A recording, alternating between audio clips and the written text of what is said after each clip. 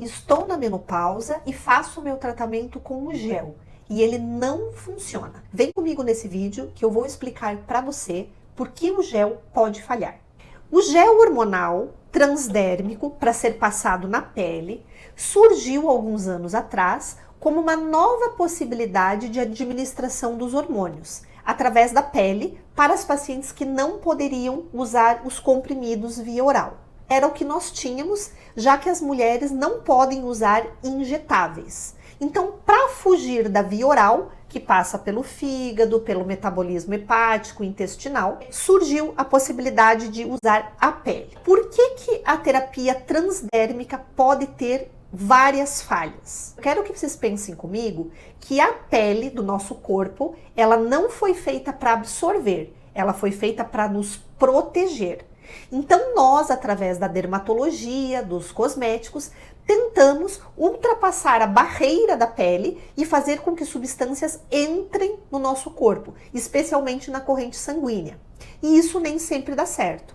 Então nós podemos ter variações individuais. Uma pessoa absorve mais, outra absorve menos. Quando eu falo de menopausa, eu tenho que imaginar que esse gel ele vai ser usado numa mulher que está com deficiência de hormônios.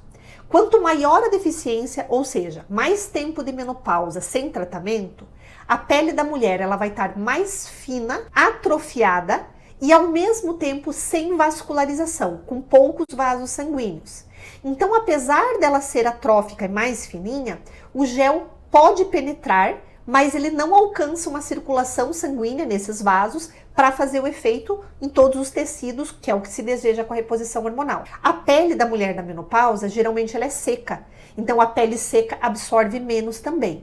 Então eu quero que vocês pensem comigo. Eu começo usando esse gel agora numa pele seca e sem vascularização. Essa mesma fórmula não vai fazer muito efeito, porque essa pele não está receptiva para os hormônios. Mas ao mesmo tempo que eu continuo a mesma fórmula, ela vai ter uma absorção maior. Quanto tempo isso demora? Individual para cada pessoa. Então aí a gente já começa a ter uma dificuldade. Algumas pessoas têm uma absorção maior e outras menor de origem genética. A pele não é tão receptiva. Outras têm uma dissolução maior na água, outra maior em lipídios, na gordura, e também tem diferenças na absorção. Quando eu vou usar o gel, existem algumas formulações comercializadas, mas existem formulações que eu não tenho comercializadas. Por exemplo, quando eu vou fazer reposição de testosterona na mulher. Eu não tenho um produto comercializado que seja adequado em doses femininas. Então eu vou manipular. Daí nós temos a dificuldade da manipulação. Por quê? Algumas farmácias são muito boas em manipular os hormônios. Outras não têm essa especialização na parte hormonal, por exemplo. Eu tenho uma gama de produtos que nós chamamos de excipiente, ou seja, substâncias que formam o gel, além dos hormônios. Então, vou dar um exemplo para vocês. A gente tem lipídios de ultraabsorção, que formam um tipo de gel, Pentravan, outras substâncias Versapro, que formam o gel. Dependendo dessa estrutura do gel, eu tenho uma absorção diferente. Então, dependendo dessas substâncias, eu também vou ter um resultado diferente. Se essa farmácia de manipulação é uma boa farmácia magistral em hormônios, eu vou ter um produto de mais qualidade do que em farmácias que não têm essa capacidade. Então, a manipulação também, ela é específica para cada produto e para cada farmácia que vai manipular. Eu dependo da paciente para usar esse gel. Então a paciente ela tem que entender como o gel é usado e ela deve usar esse gel diariamente. O que acontece? Muitas vezes a gente esquece de usar o gel e eu já não vou ter uma resposta terapêutica tão grande. O gel ele tem que ser usado de acordo com essa válvula aqui, que se chama pump, tá? Nós orientamos para a paciente usar um pump, usar 2 pumps, dependendo da formulação que eu tenho. Eu gosto sempre de explicar para essa paciente como funciona isso. Então, eu faço da seguinte forma. Eu mostro para a paciente como ela deve usar. E eu explico, ela tem que fazer um pump todos os dias. Um pump é essa quantidade de hormônio aqui que sai numa aplicação. O que é muito comum? A paciente achar que isso daqui é muito creme. E daí ela fala, nossa, sai muito, demora para passar, para absorver. E daí ela vai lá e usa só um pouquinho assim. Então veja, aqui a dose de um pump, eu tenho uma dose certinha de 1 grama. Aqui eu não sei. Então era muito difícil, por exemplo, no começo, quando as pacientes usavam só essa quantidade pequena, eu não sabia por que o tratamento não estava funcionando. Essa válvula, ela tem uma mola aqui dentro, que pode não funcionar adequadamente. Então eu posso ter a dificuldade do fabricante da embalagem, né? Sair quantidades diferentes. Essa paciente, ela tem que passar na pele, em determinados locais do corpo, nunca nas mamas, por exemplo. O abdômen também não deve ser um local de aplicação.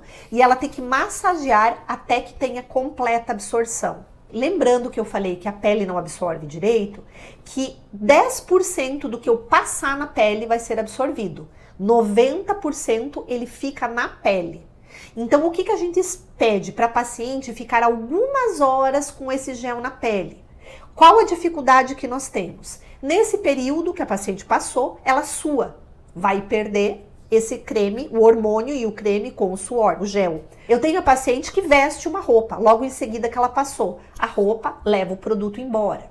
Um cuidado que a gente tem que ter são as pessoas, daí pacientes, mulheres como as que eu cuido, ou homens também, quando passam gel para não ter uma contaminação das pessoas que tem próximo. Então algumas pessoas usam o gel nas pernas, nos braços, e quando vão abraçar uma criança, o marido vai abraçar a parceira, ele usa uma quantidade mais alta de hormônio, faz uma contaminação. Essa outra pessoa acaba recebendo hormônio também. Lembra que eu falei que 90% fica na pele e não consegue penetrar? Recebe um abraço do marido que usa testosterona em altas doses, porque a dose é masculina, e elas vão ter aumento do pelo, engrossa a voz e uma série de efeitos colaterais que nem faz parte do que ela deveria estar usando. Muito importante também é a gente saber que a paciente saber e ter informação de que ela não pode usar hidratantes antes, não pode passar o hidratante em cima desse gel.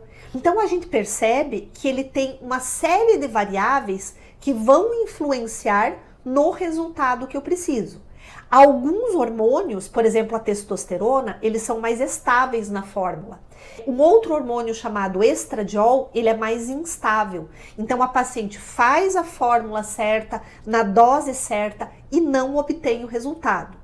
Essas situações todas, e talvez outras que eu ainda não estou lembrando aqui, fazem com que o gel não tenha um bom resultado clínico. Mas, como eu falei, era uma opção que nós tínhamos alguns anos atrás para evitar os comprimidos, a passagem hepática dos hormônios que fazem efeitos colaterais e têm metabolizações indesejadas. Outra via muito interessante que evita o trato gastrointestinal via oral e evita a pele são os implantes hormonais. Mas sobre eles eu falo com vocês no próximo vídeo.